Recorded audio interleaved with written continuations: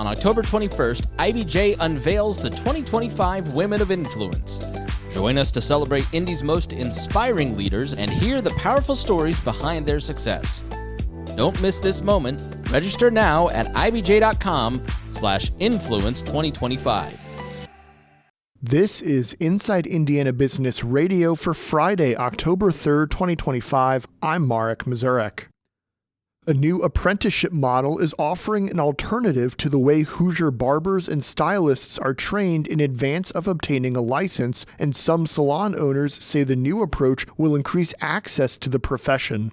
But the apprenticeships, which are made possible by a state law passed last year, could disrupt the industry by letting aspiring stylists choose to bypass the traditional beauty school system. Currently, the most common path to prepare for the state licensing exam is to enroll at a beauty school, which could cost more than $20,000 in tuition in some cases. But through the option created by the 2024 state law, students can instead complete a U.S. Department of Labor-approved apprenticeship before taking the exam. That path emphasizes on-the-job training and allows enrollees to make a little bit of money while they work towards certification. It just broadens the market for, I think that some individuals, beauty school, cosmetology school is a great path, but it offers a lot more options for different personalities, learning styles, so on and so forth.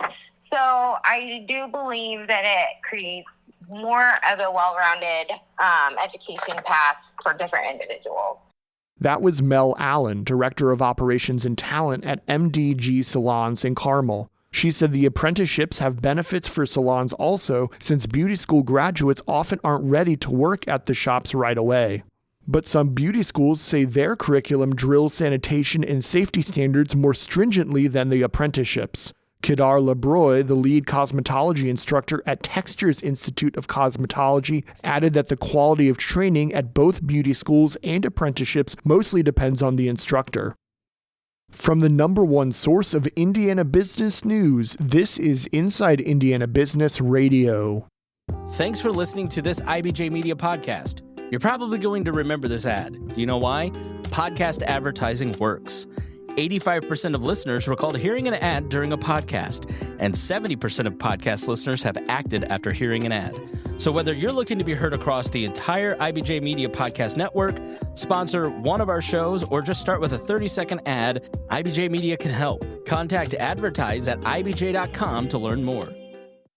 Elevate Ventures, one of the main entities caught up in the forensic audit of IEDC activities, is looking forward and emphasizing that investigators found no criminal activity. The audit examined the IEDC and 4 related entities that altogether spent over $1 billion from 2022 to 2024 to further Indiana's economic development.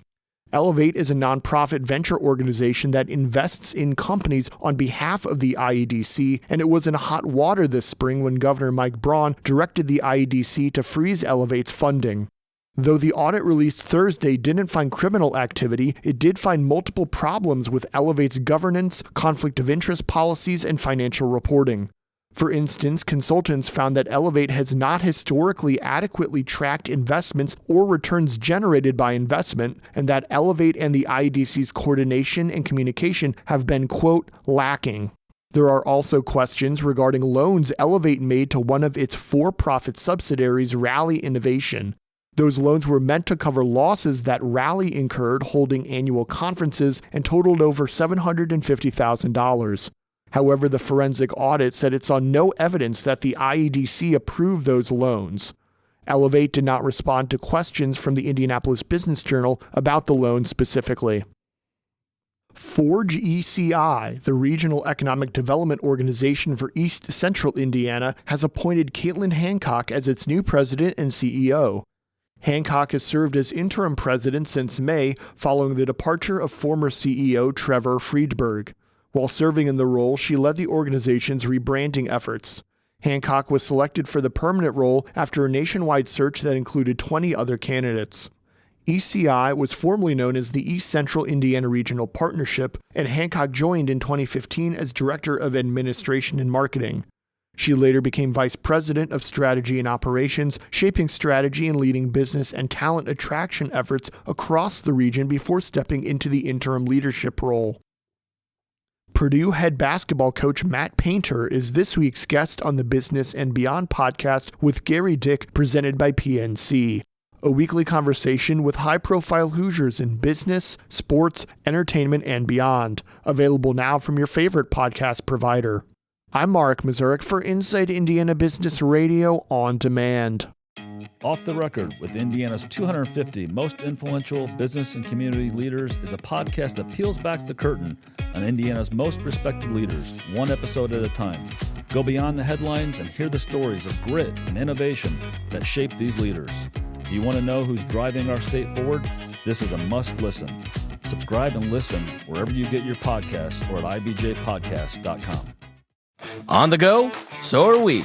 Get the IBJ Media app, your all-in-one news source for Indiana business news. Get breaking news alerts, read every story from IBJ, Inside Indiana Business, and the Indiana Lawyer, and listen to your favorite podcasts all in one place. Big news, small screen. Search IBJ Media and download the app today.